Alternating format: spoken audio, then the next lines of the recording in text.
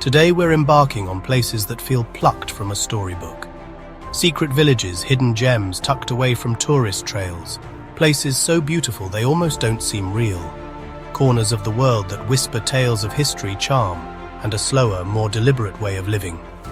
Travel opens your mind and heart. Finding these pockets of paradise is the secret ingredient. It just makes everything better. So buckle up. We're about to uncover some magic. Now I know what you're thinking. Okay, here we are. Our first stop. Look at this place. Hallstatt, Austria. It's like Narnia. More charming houses, probably better coffee. Nestled on the crystal-clear lake hugged by the Dachstein Alps. A symphony of nature and architecture. Every view is a masterpiece. The air is crisp and peaceful. First thing you notice, the houses. 16th century Alpine homes. Yellow, pink, blue. They climb the steep mountainside. Generations tending flower boxes, geraniums, petunias. A living, breathing postcard. The lake, the soul of the village. So clear you can see underwater reflections. Swans gliding across the surface. Take a boat. Feels like a ritual. Why visit?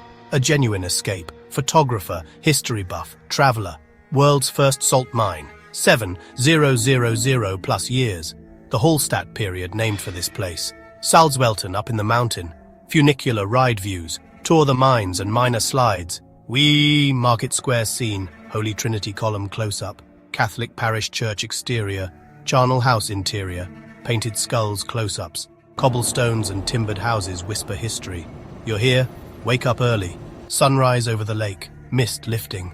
Classic southern viewpoint shot. Find a bakery. Coffee. Pastry. Get lost in staircases and alleys. Hidden courtyards and gardens. Carved wooden balconies and cascading flowers. Afternoon. Skywalk platform. Electric boat on the lake. Traditional plat boat. Evening golden glow. Lakeside restaurant and meals. Fresh caught fish or Wiener Schnitzel. Village lights reflecting. Hallstatt is an experience. I'm already in love. Let's find some apple strudel. Alright, from the majestic mountains of Austria, we are now traveling to the flat, green landscapes of the Netherlands. And what we've found here is something truly special. Everybody, welcome to Giethoorn. Now, you might have heard of Venice with its famous canals. Well, think of Giethoorn as Venice's quieter, more charming Dutch cousin who prefers gardening to grand opera. This place is known as the Venice of the North, and for a very good reason. There are almost no roads here. That's right. The main way to get around is by water. Over 170 small wooden bridges arch over miles of peaceful canals, connecting the little peat islands where people have built their homes. It's absolutely amazing. The first thing that strikes you is the quiet. The loudest sound you'll hear is the gentle quacking of a duck, the soft hum of an electric whisper boat, or the happy chatter of people enjoying the scenery.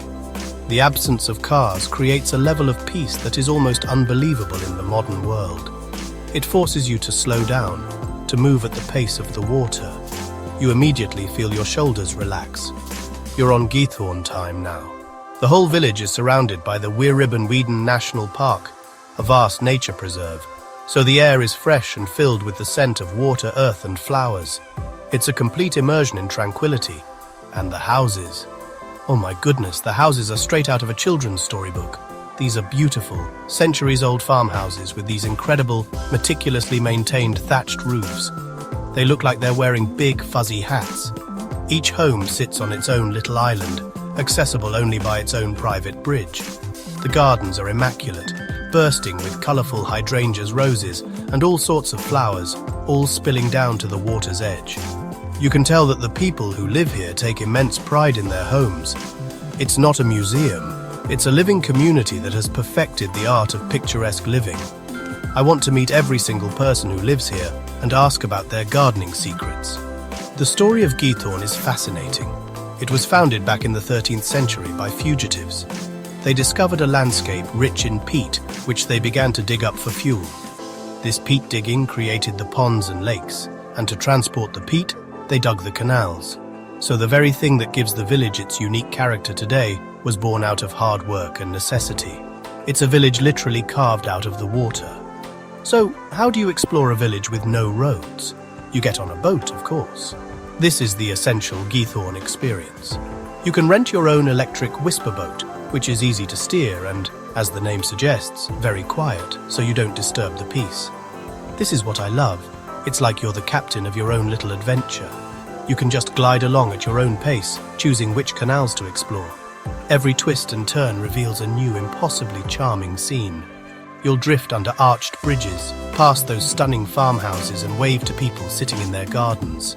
It's intimate, it's relaxing, and it's the best way to feel the true rhythm of the village. As you float along, you become part of the scenery. You're not just an observer looking in, you're participating in the daily flow of life here. You'll see the postman delivering mail by boat. You'll see residents crossing their private bridges with groceries. It's a fascinating glimpse into a completely different way of life. The canals are the streets, the boats are the cars, and the bridges are the crosswalks. It's a beautifully simple and effective system that has worked for centuries. And for a visitor, it's just pure joy. I could do this all day. Just me, a boat, and a whole lot of beautiful scenery. Maybe a sandwich. A good cheese sandwich. We are in the Netherlands after all. If you're not feeling like being your own captain, you can always opt for a guided canal cruise. This is a great way to learn more about the history of the village from a local guide. They'll point out the oldest farmhouses, tell you stories about the people who lived there, and explain the art of thatching a roof. But exploring Geerthorn isn't just limited to the water. There are also walking and cycling paths that run alongside the main canals. This gives you a different perspective and allows you to get a closer look at the houses and gardens. Walking across the many bridges is an adventure in itself. Each one offers a slightly different vantage point. The combination of walking and boating is the perfect way to experience everything Geerthorn has to offer. While the canals and cottages are the main event, there's more to discover in and around Geerthorn. To get a real sense of what life was like here in the old days, you should visit the Museum Geerthorn te Oude Maat Oos. They demonstrate old crafts, tell you stories, and really make history come alive. It gives you a much deeper appreciation for the hard work and ingenuity of the people who settled this watery land. And remember how I mentioned the Weeribbenweiden National Park? Geerthorn is the gateway to this incredible wetland area, the largest fen in northwestern Europe. If you have time, I highly recommend exploring it further. You can rent a canoe or a kayak and venture out into the wider network of lakes and reed beds. It's a paradise for nature lovers and bird watchers. The landscape is vast, peaceful, and stunningly beautiful. It's a world away from the manicured gardens of the village, showing you the wild nature from which Geerthorn was born. It's a perfect way to spend an afternoon just you and the sounds of nature. Now let's talk about food, because you know I was going to get there eventually. A trip to the Netherlands wouldn't be complete without trying some local treats. In Geerthorn, you'll find charming canal-side cafes and restaurants where you can relax after your boating adventure. This is the place to try Dutch pancakes or pannenkoeken. They can be sweet, with apples and cinnamon, or savory, with bacon and cheese. They're delicious, and you must try a broodje. You know, sometimes you stumble upon a place so magical, so completely out of a fairy tale, you have to pinch yourself to believe it's real. That's exactly how I felt when I first laid eyes on Shirakawa-go. Tucked away in a remote mountain valley in Japan, this isn't just a village, it's a living museum, a time capsule. Can you picture it? A place where tradition isn't just remembered, it's lived every single day. It's like stepping into a storybook where the pages are filled with snow-covered roofs, the scent of wood smoke, and the quiet hum of a life deeply connected to nature. This is the kind of place that makes you whisper, wow, and I mean really whisper, because you don't want to break the spell. Now let's talk about these houses. They're called Gasho Zukuri, which means constructed like hands in prayer. These aren't just any old farmhouses. They are architectural marvels, built with steep, thatched roofs that look exactly like two hands pressed together. This ingenious design isn't just for show, folks. It's built to withstand the massive amounts of snow that blankets this region in winter. We're talking heavy, heavy snow. It's a testament to the wisdom of generations past, a perfect harmony of form and function. And the best part? These aren't just empty shells. Families still live and work here, keeping the spirit of their ancestors alive. Imagine walking through these streets. There are no towering skyscrapers or blaring horns here. Instead, you're surrounded by the soft crunch of snow under your feet and the gentle gurgle of the Shokawa River. The air is so crisp, so clean, it feels like you're breathing in pure mountain spirit. It's a sensory experience, a full-body hug from Mother Nature. Every corner you turn reveals another picture-perfect scene. A wooden bridge, a meticulously tended garden peeking through the snow, a friendly local giving you a warm nod. It's this profound sense of peace that really gets you. It seeps into your bones and reminds you to slow down, to just be. This incredible preservation of culture and architecture didn't go unnoticed. In 1995, Shirakawa-go was declared a UNESCO World Heritage Site, and rightly so. This isn't just about protecting beautiful buildings, it's about safeguarding a way of life, a unique cultural landscape that tells a story of human resilience and ingenuity. Becoming a World Heritage Site brought attention, yes, but it also reinforced the community's commitment to preserving their heritage. It's a delicate balance, sharing this treasure with the world while protecting its soul. And let me tell you, they are doing a fantastic job. This place feels as authentic and as wondrous as it must have centuries ago. So, let's get up close and personal with these Gashozukuri houses. I mean, look at them. The roofs are the star of the show, made from layers and layers of pampas grass thatch, sometimes over a meter thick. It's an incredible feat of craftsmanship, a skill passed down through generations. The entire community comes together in a system called yui to rethatch a roof, a process that happens every few decades. It's a beautiful display of cooperation and shared responsibility. No nails, no modern machinery, just ropes, wood, and a whole lot of teamwork. It's a party, really. A roof-raising party where the whole village pitches in. That's community, my friends. Step inside one of these farmhouses and you're in for a treat. The interiors are just as fascinating as the exteriors. The large open attic spaces, often spanning multiple floors, were traditionally used for sericulture, raising silkworms. That's right, this tranquil village was once a bustling hub of silk production. The main living area is centered around a sunken hearth, the irori, which served as the heart of the home. It provided warmth, light, and a place for the family to gather, cook, and share stories. The smell of burning wood, the gentle crackle of the fire, it's the definition of cozy. What's truly mind-boggling is the sheer scale and strength of the construction. These houses are built without a single nail. The massive wooden beams are intricately joined together using traditional joinery techniques and ropes. It's like a giant life-sized puzzle that has stood the test of time, enduring earthquakes and heavy snowfalls for centuries. You can see the craftsmanship in every notch, every joint. It speaks of a deep understanding of the materials and a respect for the forest that provided them. Standing under these beams, you feel a sense of awe, a connection to the artisans who built this place with their bare hands. It's history you can touch. And let's not forget the people who call these houses home. Many of the farmhouses are still private residences, but some have been opened to the public as museums or even as minshuku, family-run guest houses. Can you imagine?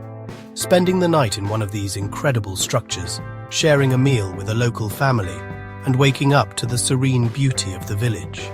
It's the ultimate immersive experience. It's one thing to see a place, but it's another to live it, even for just a night. It's an opportunity to connect on a human level, to hear the stories, and to truly understand what makes Shirakawa-go so special. I highly recommend it. So when should you go? Honestly, Shirakawa-go is stunning in every season, but winter is something else entirely. From late December to February, the village transforms into a winter wonderland. The Gashozukuri roofs, heavy with snow, look like giant fluffy marshmallows. On select weekends in January and February, the village holds special illumination events where the houses are lit up at night. The sight of these golden lit prayer hands glowing against the deep blue of a winter evening, it's a moment that will be seared into your memory forever. It's cold, yes, but your heart will be so warm. But don't discount the other seasons. Spring is a time of awakening. As the snow melts, the landscape bursts into life. The cherry blossoms make their grand entrance, painting the village in delicate shades of pink and white. The rice paddies are flooded with water, creating mirror-like surfaces that reflect the sky and the traditional houses. It's the perfect time for a leisurely stroll, to watch the farmers begin their work, and to see the village shake off its winter slumber. Then comes summer, and the valley is a symphony of green. The rice paddies are lush and vibrant, the trees are full, and the mountains provide a stunning, verdant backdrop. It's a time of incredible vitality. This is when you can really appreciate the agricultural roots of the village. And after a day of walking, there's nothing better than dipping your feet in the cool, clear water of the Shakawa River. For my money, though, autumn might just be the most spectacular. From October to November, the mountainsides erupt in a fiery display of color. The reds, oranges, and yellows of the autumn leaves create a breathtaking tapestry that frames the village perfectly. The Japanese have a word for this, koyo, or autumn leaf viewing. And let me tell you, Shirakawa-go is a prime spot for it. The crisp autumn air, the vibrant colors, the rustic charm of the farmhouses. It's a feast for the eyes. It's harvest time, a season of abundance and celebration. Each season tells a different story here, and honestly, you can't go wrong. Maybe you'll just have to visit 4 times. I'm thinking about it. Okay, deep breath. We're going from the serene valleys of Japan to the dramatic, jaw-dropping beauty of Norway. We're heading way up north, above the Arctic Circle, the Lofoten Islands. Nestled among jagged peaks and deep blue fjords is a village that looks like it was painted by a god. This is Rainer. Rainer is on another level. It's a tiny fishing village with mind-blowing spectacle. Sharp, angry-looking mountains diving straight into the sea. The iconic red rorbur dotting the shoreline perched on stilts. Pop of red against deep blue water. Originally basic fishermen's shelters, now cozy traveler accommodations. Imagine waking up in a rorbur and seeing fjords at your doorstep. Tiny village across small islands connected by bridges. Rhythm of life dictated by sea and seasons. Walk, cross bridges, find new angles to photograph. Every angle is a good angle. Salty, clean air that invigorates. You feel small, in the best possible way, humbled and speechless, surrounding wilderness, untouched and raw. Lofoten is an outdoors playground. Kayaking, hiking, fishing, climbing. Rainer as base camp. Push limits, return to a rorbur, watch the sky change. The main event, the Aurora Borealis. Rainer's location makes it a top spot. September to April, long dark nights. First a faint whitish cloud. It starts to move. It brightens. It twists and swirls. Ribbons of green, ribbons of pink, ribbons of purple. So close you feel you could touch them. No words or photos capture it. Purely mesmerizing. Photographers. Dramatic peaks plus reflective fjords plus red cabins equal sign perfect foreground. Travel tip. Get away from village lights. Find a dark coastal spot. Be patient. Dress in layers. A warm flask helps. It's also the Arctic night. Profound silence and bright stars. Milky Way like a splash across the sky. Darkness as a beautiful canvas. Aurora feels like a private show. More to do, hiking boots on. Lofoten hikes are steep and rugged. Reinebringen, it's a beast. The summit view, postcard perfect bird's eye of Rainer. Prefer water? Kayak, the turquoise Reinefjord. Hidden coves, towering mountains, possible sea eagles, seals, otters. Fishing, abundant cod, scree. Join a local trip. Pull fresh fish from icy water. Cook your catch back in a rorbur, sea to table. Final tip, prepare for all kinds of weather. Sunshine, rain, wind, snow.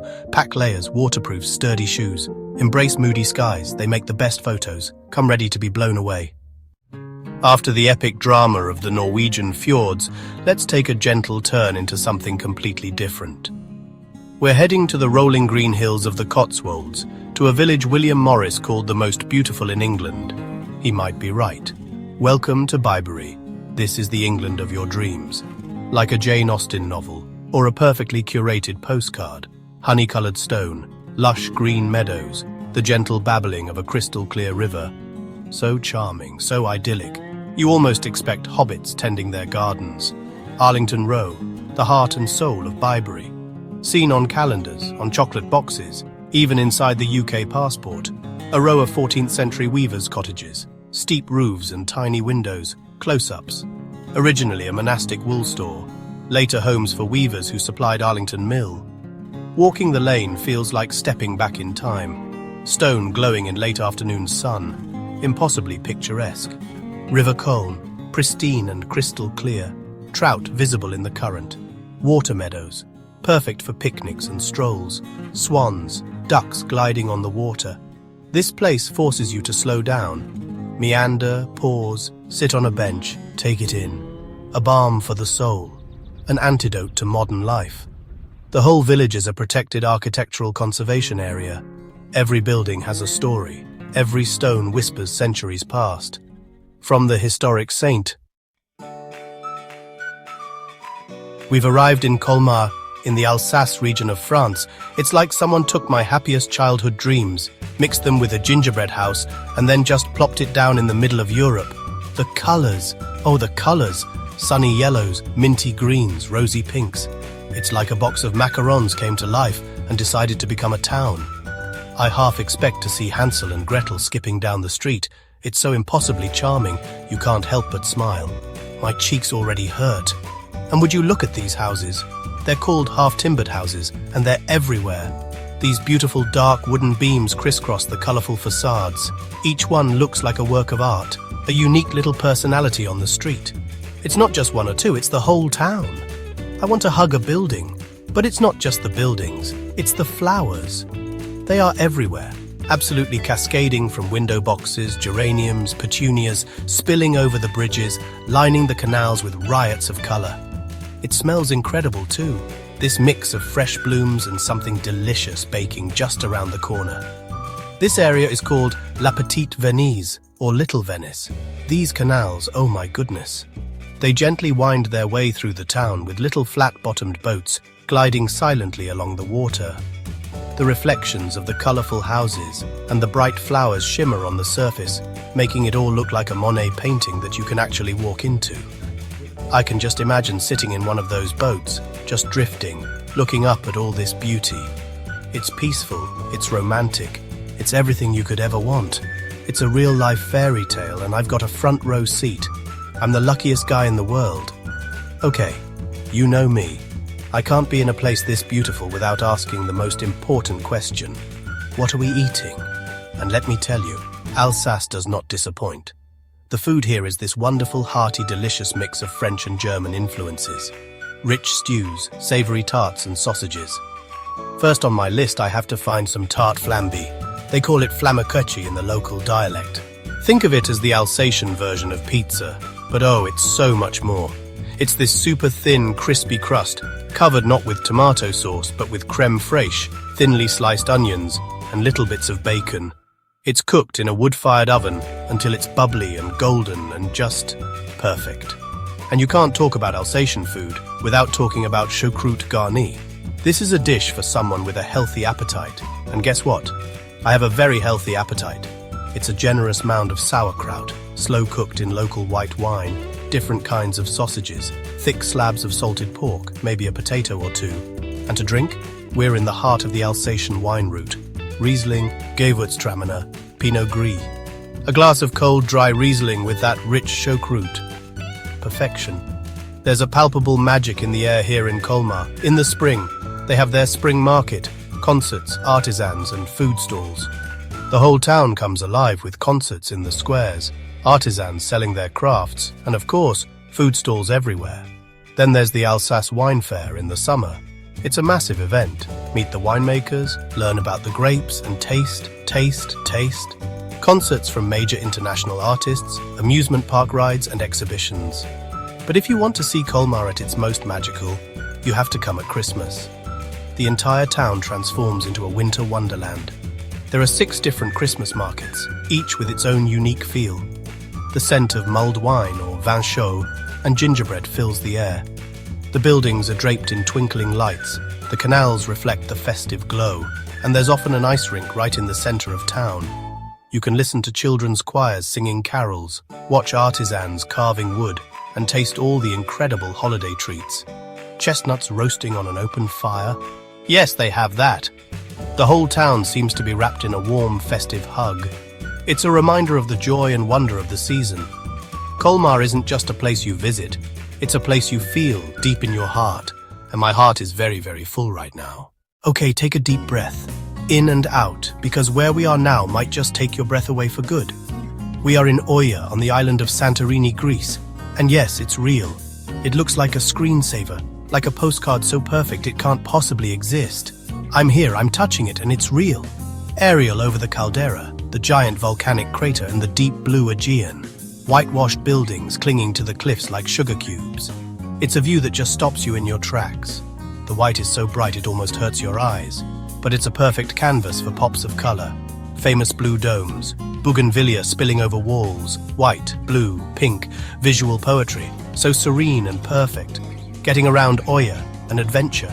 Narrow, winding marble pathways, steps up and down, hidden terraces and cave shops. Every turn reveals another caldera view. You get deliciously lost. Iposkafa, cave houses dug into volcanic rock. Sailors and poorer families lived there. Captains had mansions above. Today, many are boutique hotels with smooth, curved white walls, a testament to human ingenuity. The thing Oya is most famous for, the sunset. The village buzzes as people claim their spots. Walls, cliffside cafes, the old Byzantine castle. It's the hottest ticket in town. Tip, the castle viewpoint is packed. Wander off the main path. Head down toward Amudi Bay. Find a quiet church courtyard, or spot a cafe with an open table and a glass of Asertico. Then it begins. The sun descends. White softens to gold, apricot, rosy pink. Sky turns fiery orange, deep red, soft purple.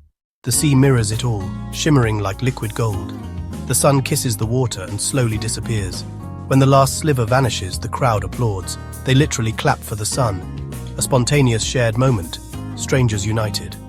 And now, I'm hungry. Amudi Bay, tiny fishing port below the cliffs. Walk down about 300 steps or take a taxi. Tables right on the water, fresh fish straight off the boats to the grill. Must try, sun-dried octopus grilled over charcoal. Hung in the sun like laundry, then charred, drizzled with olive oil, lemon, oregano. Smoky, tender, briny, citrusy, the Aegean on a plate. Pair with Greek salad, tomatoes, feta, and cold white wine. Unique island produce, cherry tomatoes, tomato keftides, tomato fritters, white eggplant, fava bean puree, Asertico wine, minerality from volcanic soil. You eat the island, wine, tomatoes, food that tells the story of the place. Feed your eyes with beauty, feed your soul with the sunset, feed your belly with simple, perfect flavors. A complete experience, a perfect circle of happiness. And I'm a very happy, very full circle right now. Friends, I hope you brought a jacket for this one, because we have traveled to a place that feels like the very edge of the world. We are in Gassadalur, in the Faroe Islands. This is a tiny, tiny village, nestled in a green valley, surrounded by colossal, steep mountains on 3 sides, and the vast, wild North Atlantic Ocean on the other. For centuries, the only way to get here was to hike over a massive mountain pass. Can you imagine having to climb a mountain just to get your groceries? It's a place of incredible isolation and breathtaking, raw, untamed beauty. It makes you feel very, very small, in the best possible way. The air here is so clean and crisp it feels like you're drinking it. The only sounds you hear are the bleating of the sheep that dot the impossibly green hillsides, the cry of the seabirds, and the constant, powerful roar of the ocean. There are no crowds here, no souvenir shops. There are maybe 20 houses in the entire village, with traditional turf roofs that make them look like they've sprouted right out of the earth. It's a place that feels ancient, a place that time has, for the most part, left alone. It's humbling and it's magnificent, my goodness. And then there's the main event, it's the Mullafossa waterfall. And look at it, it's unbelievable. The river runs through the valley to the end of the land, and instead of flowing onto a beach, it just falls. It plunges off the edge of a sheer black cliff, straight into the churning ocean below. It's a waterfall that falls into the sea. I've never seen anything like it. The power, the drama of it all. The white water against the black rock and the green grass. It's a photograph waiting to happen. It's one of those sights that makes you feel deeply connected to the power of nature. You can stand here for hours, just watching the endless cascade of water, feeling the spray on your face, listening to its thunderous song. It's mesmerizing. And to think, for the people who live here, this is just their backyard. This incredible world-class wonder is just part of their daily view. It's a powerful reminder that there are still places on this planet that are wild and pure and utterly spectacular. I'm just standing here in awe. I have no words. Okay, I have a few words, but mostly I'm just in awe. So, how do you get to this magical, isolated place? Well, until recently, it was a real challenge. Look where we are now. It's like we've walked straight into a storybook, but not just any storybook, a delicious Italian one. This is Alberobello, in the Puglia region of Italy, the heel of the boot. And let me tell you, this place is something else. You see these little cone-topped houses? They're called trulli, and they are everywhere. It's like a village of adorable little stone hats. I half expect a family of gnomes to pop out and offer me a tiny glass of wine. And you know what? I would absolutely take it. This isn't a theme park, my friends. This is a real living town where people go about their day surrounded by this incredible, whimsical architecture. It's pure magic. Now you know me, I see something unique. I have to know the story. So I asked a lovely nonna, who was sweeping her trullo doorstep, why they look like this. She explained, with a lot of wonderful hand gestures, that these houses were built this way centuries ago as a clever form of tax evasion. Ha! I love it. Apparently the dry stone construction, without any mortar, meant they could be dismantled quickly when the tax collector came to town. No house, no tax. It's genius. It's a whole town built on a foundation of cleverness and maybe a little bit of rebellion. And today, what remains is this UNESCO World Heritage Site that fills you with a sense of wonder and a craving for pasta. Walking through these cobblestone streets is an experience in itself. Every corner you turn, there's another perfect little scene. Laundry is hanging between houses, cats are napping on sun-drenched stone walls, and the smell of garlic and olive oil is just wafting. It's a full-on sensory delight. You can just feel the history in the air, in the stones under your feet. These aren't just buildings, they're homes, passed down through generations. Each one has a story, a family, a history of countless meals and conversations. I could just wander here for days, getting happily lost and probably stopping for a gelato every 20 minutes. And why not? When in Alberobello. And the people. Oh, the people are the best part, as always. They are so proud of their town, and they should be. They welcome you with open arms and a big smile, eager to share their culture, their history, and most importantly, their food.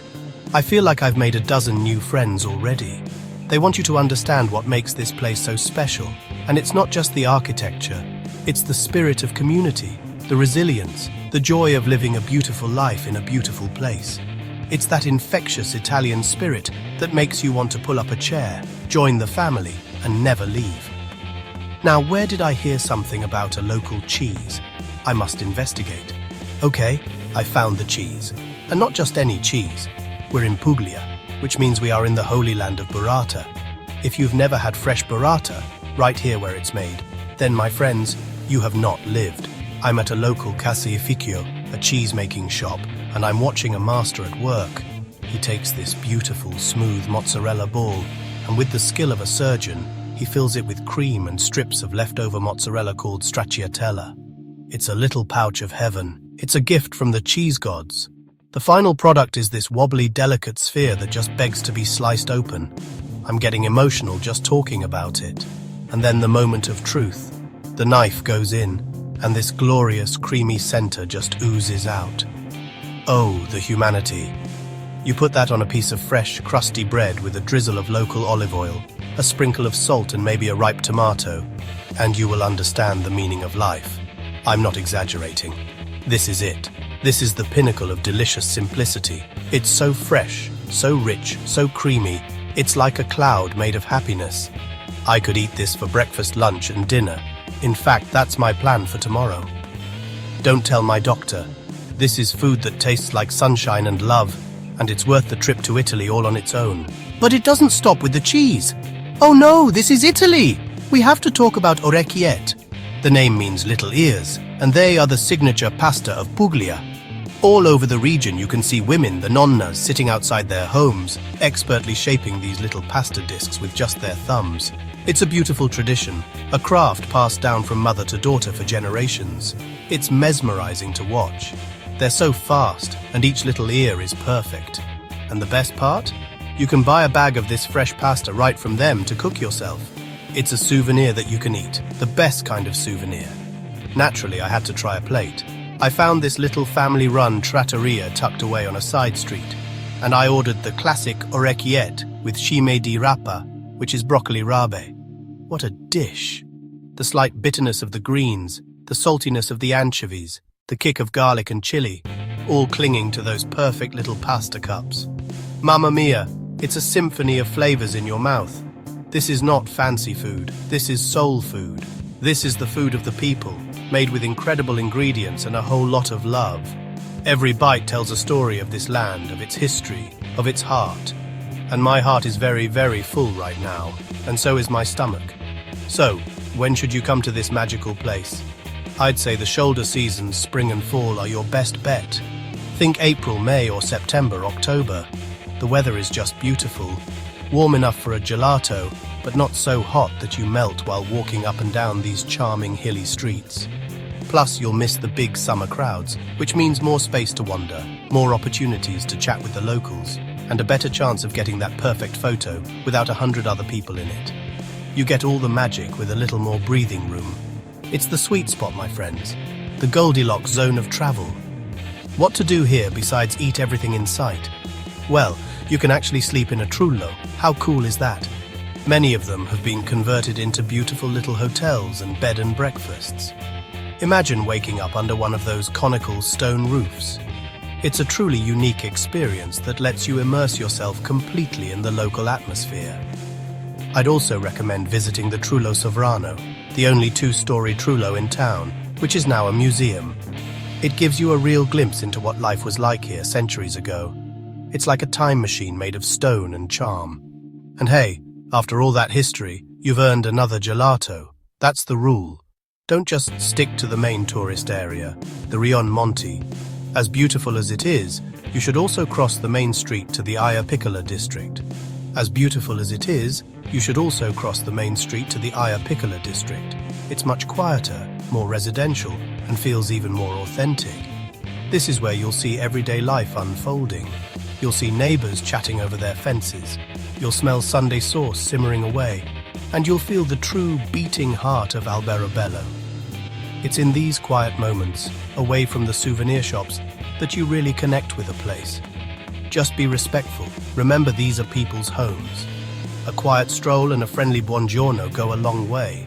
And finally, my advice is to just embrace the experience.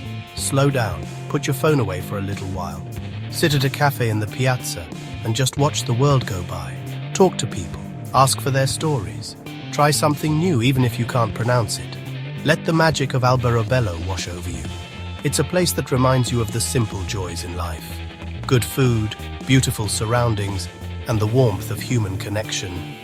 It's a fairy tale you can step into, and believe me, it's a story you'll want to be a part of.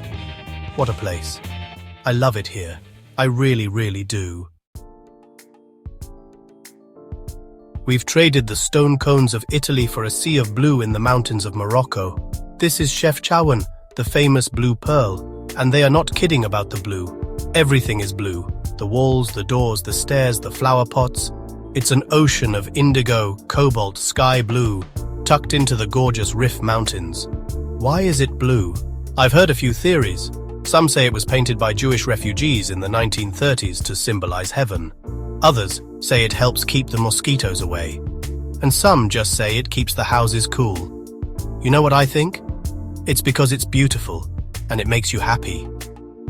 Walking into the Medina, the old town, is like diving into a dream. The light here is different. It filters down the narrow alleyways, bouncing off the blue walls and creating this soft, ethereal glow. It's peaceful. It's calming. It's like the whole city is giving you a big, gentle hug.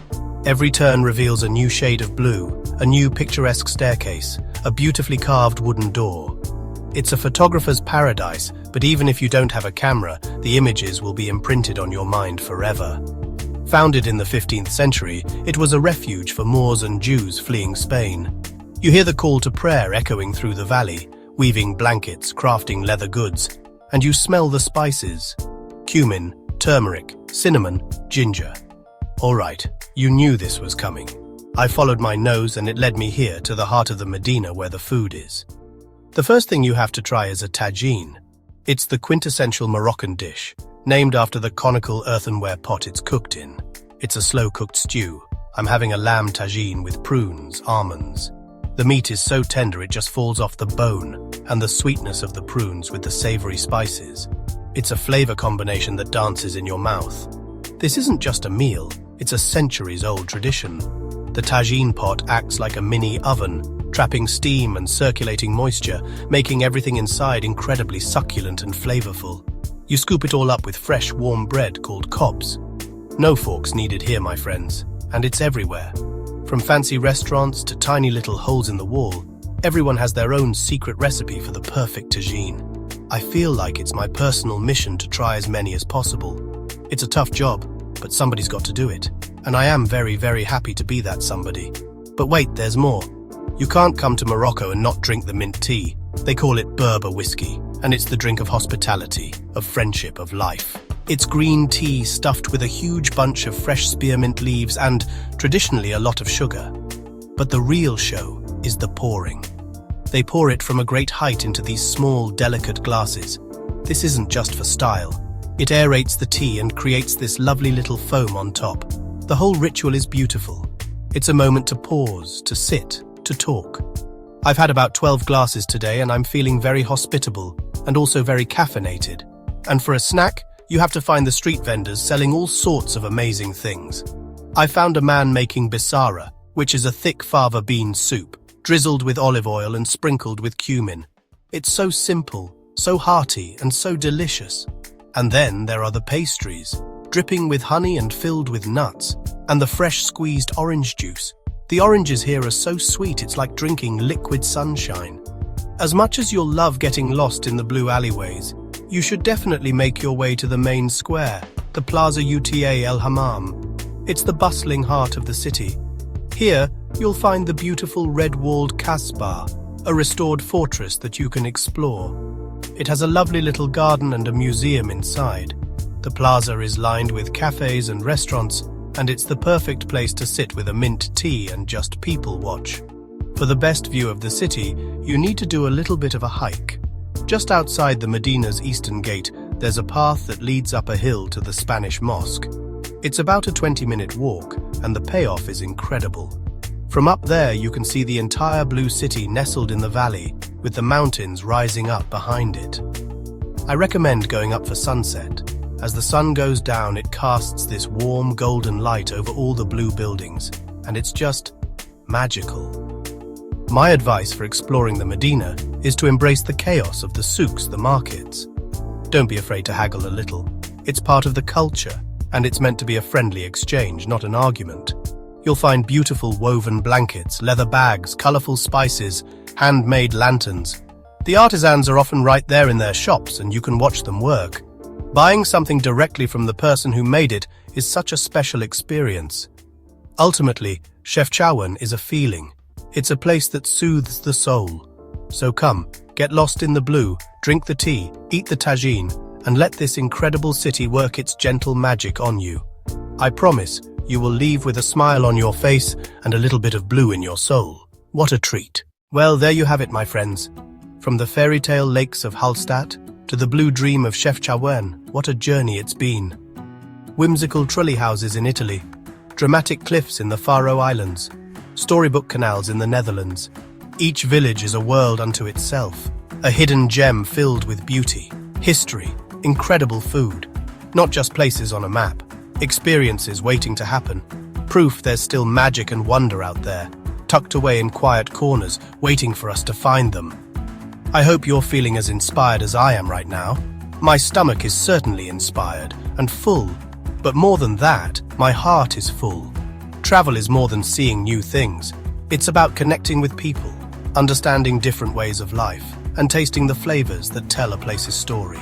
Smiles from strangers, the shared meals, and the moments of awe that take your breath away. These villages offer all that and more. They remind us to slow down, appreciate the beauty in small details, and to open ourselves up to new adventures. So I really encourage you to add a few of these or all of them to your travel bucket list. You deserve it. This world is a giant, delicious buffet of experiences, and we should all be trying to get a plateful. Thank you so much for coming along with me on this incredible tour of the world's most secret and charming villages. I had the best time sharing them with you. If you enjoyed our trip, please do us a huge favor and hit that like button.